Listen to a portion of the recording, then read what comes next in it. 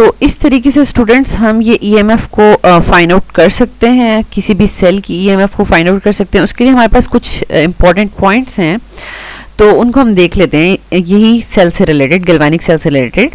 The electrode with more negative reduction potential acts as anode.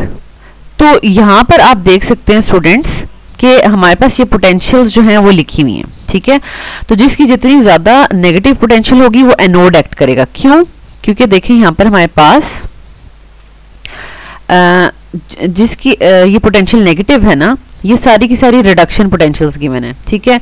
और अगर हम जैसे जिंक ले लेते हैं, हम यहाँ पर एक जिंक ले लेते हैं और एक जो है वो यहाँ पर कॉपर ले लेते हैं। तो जिंक जो है वो एनोड क्यों बिहेव कर रहा है? क्योंकि जिंक की रिडक्शन पोटेंशियल कम है, और क्योंकि ये सारी की सारी कौन सी पोटेंशियल्स गिवन है? रिडक्शन।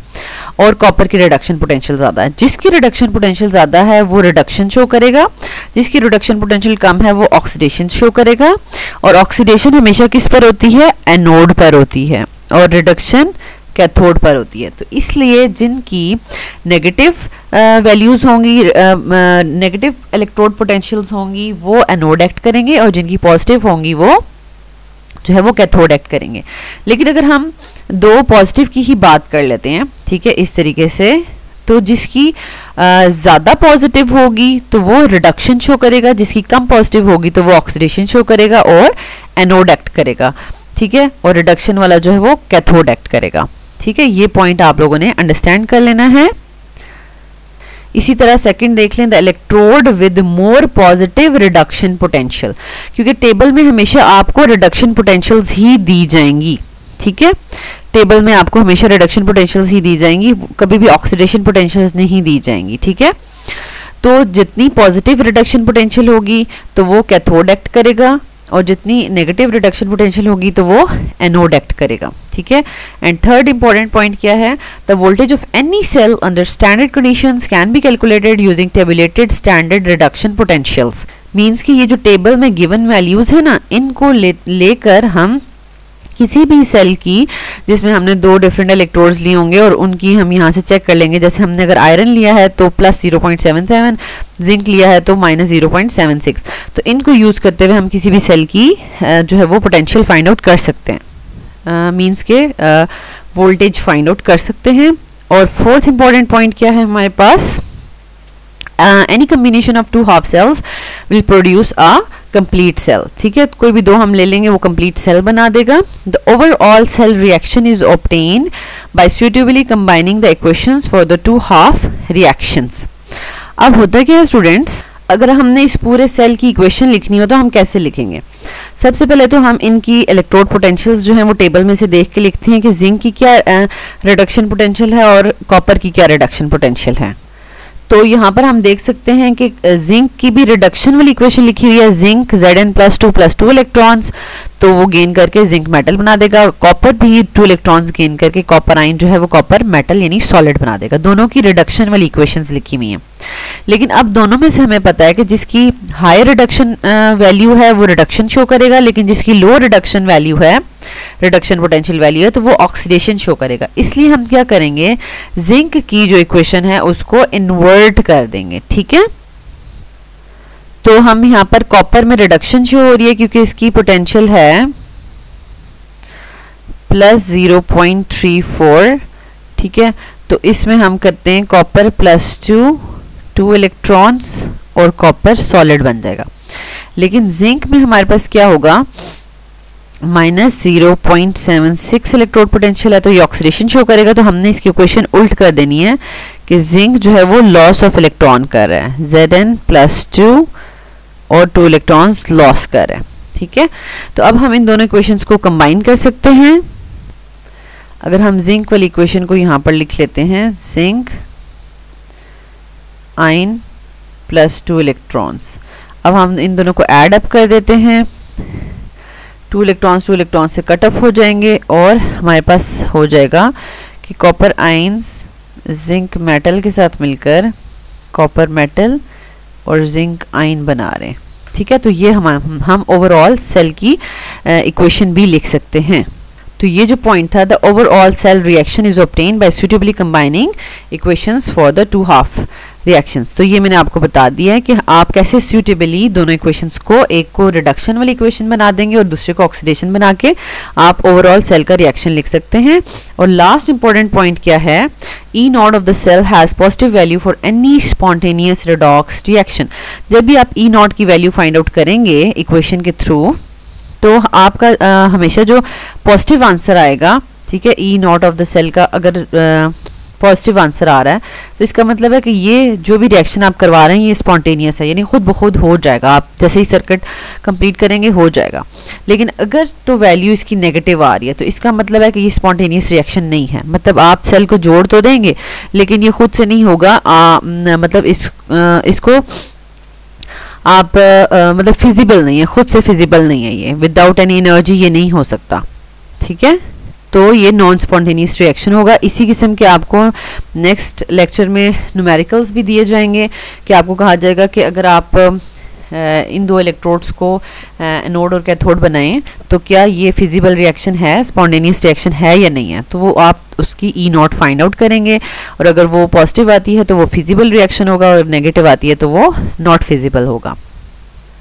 तो स्टूडेंट्स अगर हम बात करें potential of the half cell जो कि टेबल में गिवन है, ठीक है, हर हाफ सेल की पोटेंशियल गिवन है, जैसे जिंक की गिवन है कि जिंक रिडक्शन करेगा तो उसकी भी गिवन है पोटेंशियल, कॉपर की गिवन है और भी बाकी भी मेटल्स की गिवन है। तो इसके बारे में क्या है कि the potential of the galvanic cell can be measured with the voltmeter. Means कि फुल सेल की अगर आपको पोटेंशियल मेजर करनी है ना तो आप इनको इलेक्ट्रोड्स को जो है वो सूटेबल जो भी इनके रिस्पेक्टिव इलेक्ट्रोलाइट्स हैं उस पर डिप करें, सॉल्ट ब्रिज के साथ अटैच करें और यहाँ पर आप वोल्ट मीटर अटैच करें तो आपको वोल्ट मीटर के थ्रू इस सेल की पोटेंशियल पता चल जाएगी। लेकिन जैसे कि हमने जिंक की कहा कि जिंक की 0.76 है, तो अलग से जिंक इलेक्ट्रोड की या हाफ सेल की पोटेंशियल कैसे पता चली, तो क्या ये इंडिविजुअली कैलकुलेट हो सकती है या नहीं हो सकती। तो फुल गैल्वेनिक सेल की तो हम वोल्ट मीटर से फाइंड आउट कर सकते हैं, बट सिंगल जो हाफ सेल होगा उसकी पोटेंशियल हम मेजर नहीं कर सकते directly, because one half cell reaction cannot occur without a simultaneous reaction in another half cell। ठीक है, एक हाफ सेल में रिएक्शन अकर नहीं होता जब तक हम उसको अटैच नहीं करेंगे सॉल्ट ब्रिज के थ्रू अनदर हाफ सेल के साथ, तो एक सेल हाफ सेल में भी रिएक्शन कंप्लीट नहीं होगा। फुल जो है जब सर्किट कंप्लीट होता है, इलेक्ट्रॉन्स फ्लो करते हैं, तो जो है हमारे पास एक कंप्लीट सेल बनता है और हम पोटेंशियल मेजर कर सकते हैं। दैट्स वाई हाफ सेल की मेजर नहीं कर सकते। तो अब हमारे माइंड में क्वेश्चन आता है कि ये जो पूरे टेबल में हाफ सेल की मेजर की हुई हैं पोटेंशियल्स, तो ये कैसे मेजर की गई हैं और कैसे लिखी गई हैं। तो उसके लिए यानी ये जो टेबल हमें गिवन है तो इसकी पोटेंशियल्स जो हैं वो कैसे मेजर की गई होंगी। ठीक है, तो वो मेजर की गई हैं, ये जो आपको अंडरलाइन नज़र आ रहा है कि हमने हाइड्रोजन को अंडरलाइन किया हुआ है, तो इसको हमने हाइड्रोजन इलेक्ट्रोड को एज अ रेफरेंस ले लिया यहाँ पर। ठीक है, और उसके कंपैरिजन में हमने बाकी तमाम को अटैच करके और जो है वो इनकी पोटेंशियल्स मेजर की हैं। तो उसके लिए हम यहाँ पे बताते हैं कि measurement of relative half cell potential कैसे करते हैं। The relative half cell potential can be measured by coupling it with a standard hydrogen electrode that is She। इसका जो है वो शॉर्ट नेम SHE कैपिटल में हम शो करते हैं। ठीक है, स्टैंडर्ड हाइड्रोजन इलेक्ट्रोड के साथ हम इसको कपल करते हैं किसी भी हाफ सेल को और उसकी पोटेंशियल हम मेजर कर लेते हैं। और स्टैंडर्ड हाइड्रोजन इलेक्ट्रोड को हम एज अ रेफरेंस इलेक्ट्रोड ले रहे हैं और उसकी स्टैंडर्ड पोटेंशियल 0 है। ठीक है, तो अब इसको आप किस तरह से अंडरस्टैंड करेंगे। मीन्स कि अगर हमने जिंक की पोटेंशियल फाइंड आउट करनी थी, ठीक है, तो हमने यहाँ पर कॉपर की जगह, ठीक है, हमने यहाँ पर हाइड्रोजन इलेक्ट्रोड लेना है। ठीक है, हाइड्रोजन इलेक्ट्रोड लेना है और हाइड्रोजन इलेक्ट्रोड के कंपैरिजन यहाँ पर हमें जो भी वैल्यू नज़र आती है आ जाएगी, मतलब 0.76। तो वो जो भी वोल्टेज आ रही होगी तो वो इसी की होगी, क्योंकि इसकी हाइड्रोजन की इटसेल्फ हमने जो पोटेंशियल है वो 0 ले लिया है। ठीक है, तो ये अभी आपको समझ नहीं आएगा, अभी नेक्स्ट लेक्चर में जब हम स्टैंडर्ड हाइड्रोजन इलेक्ट्रोड को डिटेल से पढ़ेंगे तो आपको पता चलेगा कि why we have taken the standard potential for hydrogen electrode as 0। हमने 0 वोल्ट क्यों ली है। ठीक है, 0 वोल्ट। तो अब आपने यहाँ पे हाइड्रोजन को 0 वोल्ट ले लिया, अब आपने यहाँ पे जिंक अटैच किया तो आपके पास वोल्टेज शो हो रही है 0.76, ठीक है। और अगर आप यहीं पे हाइड्रोजन के साथ आप यहाँ पर कॉपर ले लेते हैं, ठीक है, कॉपर को अटैच कर देते हैं, तो यहाँ पर आपके पास आ जाएगी प्लस 0.34 आंसर आ जाएगा। तो इसका मतलब है कि ये जो आ रही है वोल्ट मीटर में वोल्टेज शो हो रही है, वो पोटेंशियल शो हो रही है, वो सारी की सारी इसी कॉपर की ही है, क्योंकि हमने हाइड्रोजन की तो 0 कंसिडर की हुई है, ठीक है, 0 वोल्ट कंसिडर की हुई है। तो ये तमाम हाफ सेल्स बारी बारी जो है हमने हाइड्रोजन इलेक्ट्रोड के साथ अटैच करते गए, और जो जो भी पोटेंशियल्स आती गई, ठीक है, उनको हम जो है वो टेबल की फॉर्म में उसको लिख लिया गया। तो अब आपने टेबल में फिर नोट करें, टेबल पे यहाँ पर नोट किया जाएगा कि जब हमने हाइड्रोजन के साथ कॉपर को अटैच किया तो कॉपर ने प्लस 0.34 शो किया, ठीक है, और हाइड्रोजन का 0 था। तो इसका मतलब है कि इस सेल में हाइड्रोजन ने एक्ट किया, हाइड्रोजन ने एनोड एक्ट किया और कॉपर ने कैथोड एक्ट किया, ठीक है। लेकिन जब हमने हाइड्रोजन के साथ अटैच किया जिंक को, ठीक है, हाइड्रोजन के साथ जिंक को अटैच किया, तो अब हाइड्रोजन की पोटेंशियल हमने 0 ली हुई है और जिंक की आ रही है 0.76। तो इसका मतलब हुआ कि यहाँ पर जिंक जो है वो क्या एक्ट कर रहा है, एनोड एक्ट कर रहा है, और हाइड्रोजन जो है वो एज अ कैथोड एक्ट करेगा, ठीक है, जिसकी रिडक्शन पोटेंशियल ज़्यादा होगी। 0 ज़्यादा है ना माइनस 0.76 से, तो ये जिसकी रिडक्शन पोटेंशियल ज़्यादा है वो कैथोड एक्ट करेगा, ठीक है, वहाँ पे रिडक्शन होगी, और जिसकी कम है तो वो एनोड एक्ट करेगा और वहाँ पे ऑक्सीडेशन होगी, ठीक है। तो ये एक लिस्ट आ गई बारी बारी रेफरेंस हाइड्रोजन इलेक्ट्रोड के साथ तमाम इलेक्ट्रोड्स को अटैच करके। तो ये जो हमारे पास टेबल में स्टैंडर्ड इलेक्ट्रोड पोटेंशियल्स गिवन हैं, जो कि रिडक्शन पोटेंशियल्स ही होती हैं, उनकी डेफिनेशन क्या है? उनकी डेफिनेशन है, it is defined as the tendency of a half cell reaction to undergo reduction relative to standard hydrogen electrode, ठीक है, यानी जो भी आपने हाफ सेल जो रिएक्शन जो है जोड़ा हुआ है स्टैंडर्ड हाइड्रोजन इलेक्ट्रोड के साथ, उसकी कितनी टेंडेंसी है कि वो as compare to standard hydrogen electrode कितनी रिडक्शन शो कर सकता है, क्या ज़्यादा रिडक्शन शो कर सकता है या कम रिडक्शन शो कर सकता है, ठीक है। ज़्यादा रिडक्शन शो कर सकता है तो वो क्या बन जाएगा, कैथोड बन जाएगा। अगर कम रिडक्शन शो कर सकता है तो वो एनोड बन जाएगा, ठीक है। तो यहाँ पर हमारे पास this potential difference is developed when an electrode of an element is placed in a solution containing ions of that element, then all components are in their standard states। जैसे कि हमने जिंक इलेक्ट्रोड लिया तो उसको उसके zinc sulphate solution में हमने dip किया, और तमाम जो कंपोनेंट्स हैं वो स्टैंडर्ड स्टेट्स में होनी चाहिए। और वो स्टैंडर्ड स्टेट्स कौन सी हैं? 1 atm अगर कोई गैस यूज़ हो रही हैं, गैसेस यूज़ हो रही हैं तो उसके लिए 1 एटमॉस्फेरिक प्रेशर होना चाहिए। सोल्यूशंस हैं तो वो सारे के सारे 1 मोलर सोल्यूशन होने चाहिए। और जो भी इलेक्ट्रोड्स हम यूज़ कर रहे हैं कॉपर या जिंक का, तो वो प्योर सॉलिड होना चाहिए, उसमें इम्प्योरिटीज़ नहीं होनी चाहिए, ठीक है। और टेम्परेचर जो है वो 25 डिग्री सेंटीग्रेड होना चाहिए, ठीक है। तो ये तमाम की तमाम स्टैंडर्ड स्टेट्स हैं जिस पर हम स्टैंडर्ड इलेक्ट्रोड पोटेंशियल्स मेजर करते हैं। तो स्टूडेंट्स, अब आपको सेल पोटेंशियल का थोड़ा सा आइडिया हो गया होगा कि हम जब गैल्वानिक सेल की बात करते हैं तो गैल्वानिक सेल इलेक्ट्रिसिटी प्रोड्यूस करता है, इसका मतलब है उसके पास कुछ पोटेंशियल है काम करने की, ठीक है।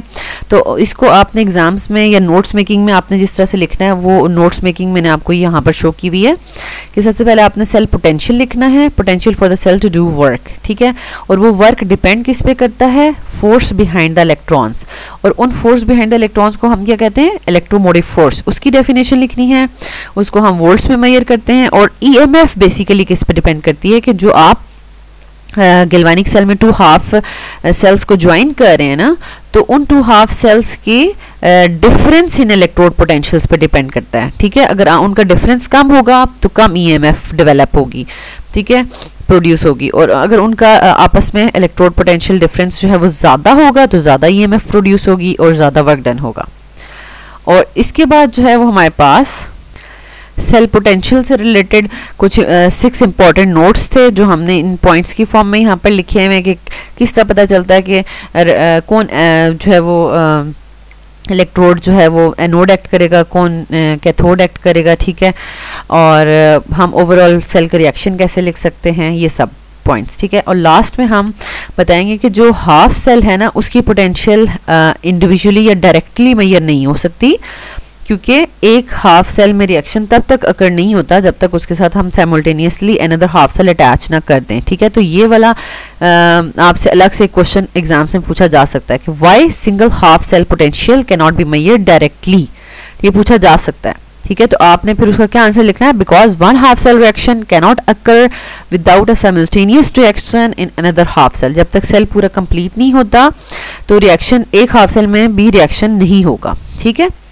अच्छा, और measurement of relative half cell potential, और फिर हमने बताना है कि हाफ सेल को हम मेजर तो करते हैं लेकिन डायरेक्टली नहीं, रिलेटिव किससे रिलेट करके हम उसको फाइंड आउट करते हैं, स्टैंडर्ड हाइड्रोजन इलेक्ट्रोड के साथ हम उसको relative to standard hydrogen electrode as a reference electrode लेकर हम उसको मेजर करते हैं, और उसका स्टैंडर्ड हाइड्रोजन इलेक्ट्रोड का हम पोटेंशियल 0 लेते हैं, ठीक है।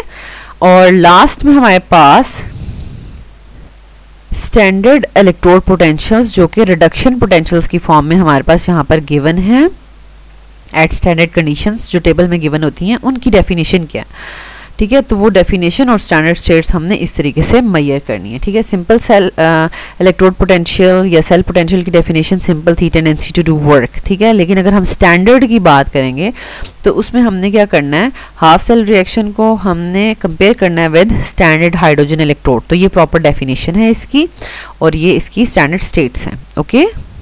तो स्टूडेंट्स, यहाँ तक हमारा जो सेल पोटेंशियल था उसका टॉपिक कंप्लीट हो चुका है। नोट्स मेकिंग का मैंने भी मेथड आपको बता दिया है।